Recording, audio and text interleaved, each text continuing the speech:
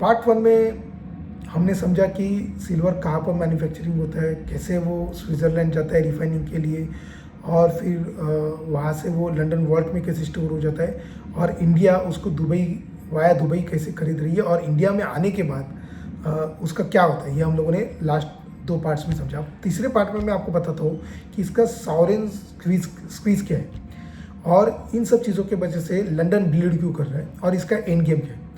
भारत ने जो 4,500 ton silver Dubai से खरीद लिया है, अब इस स्टोरी को ज़्यादातर वेस्ट के कंट्रीज़ 1980s में जो हंट ब्रदर्स सिल्वर स्क्वीज हुआ था उसके साथ कंपेयर करते हैं, लेकिन ये हंट ब्रदर्स के साथ कंपेयर इसको नहीं कर सकते। मैं आपको बताता हूँ हंट ब्रदर्स कौन थे। ये 1980 में टेक्सास में 2 भाई थे, हर्बर्ट हंट और नेल्सन हंट। इन्होंने सिल्वर मार्केट को कॉर्नर करने की कोशिश करी। उन्होंने बहुत सारा सिल्वर खरीद लिया और मिलियन ऑफ ऑन्सेस खरीदने के बाद उसको स्टोर किया। उसकी प्राइसेस सिल्वर की जो $6 में मिलता था वो 50 तक वो लेके गए। कौन थे वो? इंडिविजुअल थे, वो लेवरेज इस्तेमाल करने वाले थे, वो बोरोड मनी पर खेलने वाले थे।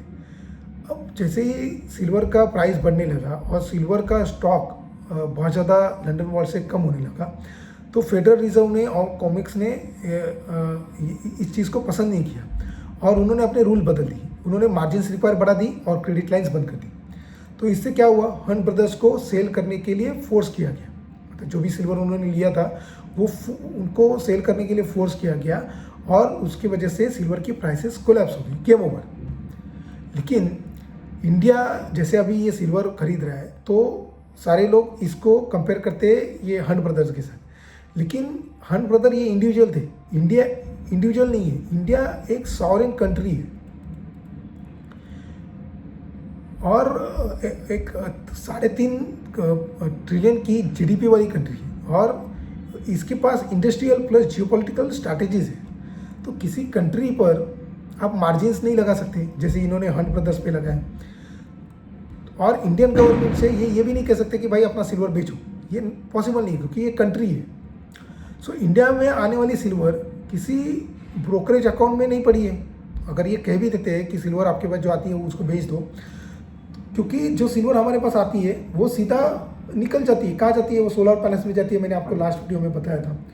फिर इलेक्ट्रॉनिक्स व्हीकल में वो जाती है, फिर फैमिली वॉल्स में वो बंद हो जाती है। तो सिल्वर है कहाँ? सिल्वर तो कंज्यूम हो रही है। तो सिल्वर अगर ये बेचने के लिए भी कहेंगे इंडिया को तो भी वो नहीं बिकेगी। अब 1980 में सिल्वर मार्केट अगर हंट ब्रदर्स ने खरीद भी ली थी तो भी वो मार्केट के अंदर ही थी, लेकिन 2026 में सिल्वर इकोसिस्टम से बाहर निकल चुकी है। इसे कहते हैं सॉवरेन स्क्वीज। अब इसकी वजह से लंदन क्यों ब्लीड कर रहा है? जो भी सिल्वर मैन्युफैक्चरिंग होने के बाद और रिफाइनिंग होने के बाद लंदन वॉल्ट में जमा होता है, तो ग्लोबल सिल्वर ट्रेड का वो हार्ट है। और ये वॉल्ट आप समझ लीजिए कि लास्ट रिसोर्ट है सिल्वर का। अब दुबई बैकडोर इस सिस्टम के लिए एक आप समझ लीजिए फीमोरल आर्टरी पंक्चर हो गया। हिस्टोरिकली सिल्वर फ्लो ऐसा था कि माइन से निकल के वो रिफाइन करता था, रिफाइन से निकल के वॉल्ट में आता था। लेकिन आज रिफाइनर्स जो है उनके पास एक बॉटलनेक सी बन गई। वो बहुत ज़्यादा सिल्वर जितनी डिमांड है, जितनी इंडिया कर रहा है, जितनी इंडिया ऑर्डर दे रहा है, उतना वो रिफाइन कर ही नहीं पा रहे हैं। इंडिया को चाहिए 1 किलो का बार, लंदन के पास है पकड़ लीजिए 1000 ऑन्स डिलीवरी बार। प्रोसेस क्या है? लंदन वॉल से वो निकलेगा 1000 जेड बार निकलेगा, स्विट्ज़रलैंड में वो उड़ाकर उसको लेके जाना पड़ेगा, उसको मेल्ट करना पड़ेगा, उसको 30 किलो बार्स में बनाना पड़ेगा, उसको दुबई भेजना पड़ेगा और इंडिया में फिर उसको इंपोर्ट करना पड़ेगा। स्विस रिफाइनरी इस वक्त 110% कैपेसिटी पर चल रही है और उसके बावजूद भी वो सिल्वर को मेल्ट, जितनी सिल्वर की डिमांड है उतनी सिल्वर को वो मेल्ट ही नहीं कर पा रही। जितनी तेज़ी से इंडिया ऑर्डर डाल रहा है उतना वो प्रोसेस कर नहीं पा रही। इसका रिजल्ट क्या है? Physical premium exposure. स्क्रीन पर आपको वो $32 में दिखता है सिल्वर, लेकिन मुंबई में एक्चुअली स्ट्रीट पे वो $45 या $60 पे प्ले कर रहा है। मतलब पेपर प्राइस, फिजिकल रियलिटी दोनों का डिवोर्स हो चुका है, ऐसे समझ लीजिए। कॉमेक्स ये एक्चुअली एक डिलीवरी मार्केट है जो न्यूयॉर्क बेस है, कम से कम वो थियरी में तो है, और उसका ऑक्सीजन टैंक जो है वो है लंदन फ्लूट, मतलब लंदन वॉल्ट। अगर लंदन खाली हो गया तो कोमेक्स आइसोलेटेड हो जाएगा। इमेजिन कीजिए, एक दिन अगर कोमेक्स ने उठ के ये बोला कि due to logistic constraint physical silver की डिलीवरी पॉसिबल नहीं है, हम लोग आपको कैश दे देंगे या डॉलर्स दे देंगे। सिल्वर स्क्रीन पर कितना है? 35 डॉलर्स पे, स्ट्रीट पर कितना है? 100। अब पेपर प्रॉमिस कोलैप्स हो जाएंगी, फिजिकल ट्रूथ सामने आ जाएगी, और फिजिकल सिल्वर किसके पास होगी? इंडिया के पास, क्योंकि सबसे पहले मेटल खरीद कौन रहा है, ये सिल्वर खरीद कौन रहा है? इंडिया। 4,500 टन का वो अब तक खरीद चुके हैं और आगे और भी वो खरीद रहे हैं।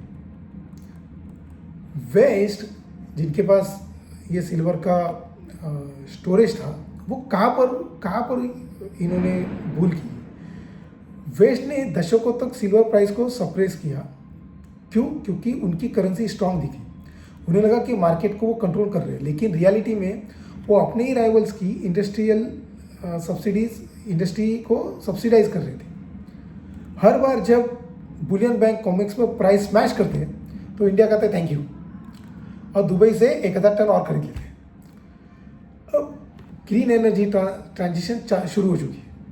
सोलार में, ईवीज में, बैटरीज में सबको सिल्वर चाहिए, लेकिन सिल्वर नहीं है मार्केट में। अब इंडिया ऐसा क्यों रहा है?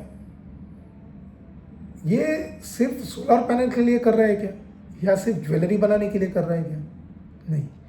न्यू दिल्ली के प्लानर्स, जैसे बीजिंग के प्लानर्स, पोस्ट डॉलर वर्ल्ड की तैयारी कर रहे हैं, क्योंकि आगे की आने वाली जो करेंसी है, फ्यूचर करेंसी, वो डेट पर बैक नहीं होगी। मतलब जो भी, जैसे अमेरिका का जो कर्जा है, या इंडिया का जो कर्जा है, या बाकी कंट्रीज़ का जो भी कर्जा है, आज की जो करेंसीज है, जो पेपर करेंसी है, वो इसको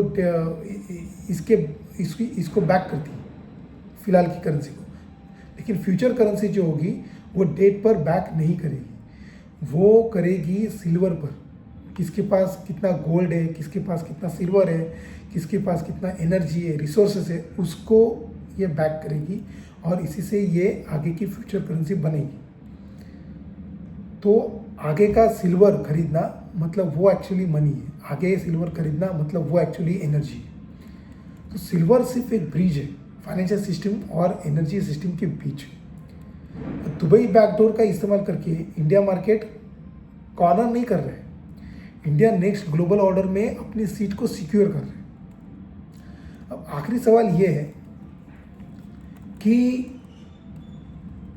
आपको मतलब, और आपका क्या होगा? स्टॉक मार्केट आप देख रहे हैं, बिटकॉइंस की मार्केट आप देख रहे हैं, लेकिन जो फिजिकल फाउंडेशन है सिल्वर की, वो तो आपके पैरों के नीचे से खिसका ही जा रही है। दुबई बैकडोर एक बात तो पक्का प्रूव करता है कि ऑफिशियल प्राइसेस जो है सिल्वर की, वो झूठ है। क्योंकि अगर सप्लाई बहुत ज़्यादा होती तो इंडिया को ये लूपहोल यूज़ करने की ज़रूरत पड़ती क्या? नहीं। अगर मार्केट हेल्दी होता तो लंदन अब तक ब्लीड कर चुका होता क्या? नहीं। तो इन सब चीज़ों को समझने के लिए, और ऐसे ही वीडियो को अगर आप लाइक करते हो, इस तरीके की वीडियो, तो आप इस वीडियो को भी लाइक कीजिए, इसके ऊपर आप कमेंट कीजिए, और आप इस चैनल को सब्सक्राइब ज़रूर कीजिएगा, क्योंकि मैं ऐसी ही चीज़ों की बात करता हूँ जो ग्लोबल वर्टिकल में फाइनेंशियल लेवल पे चलती है। Thank you so much.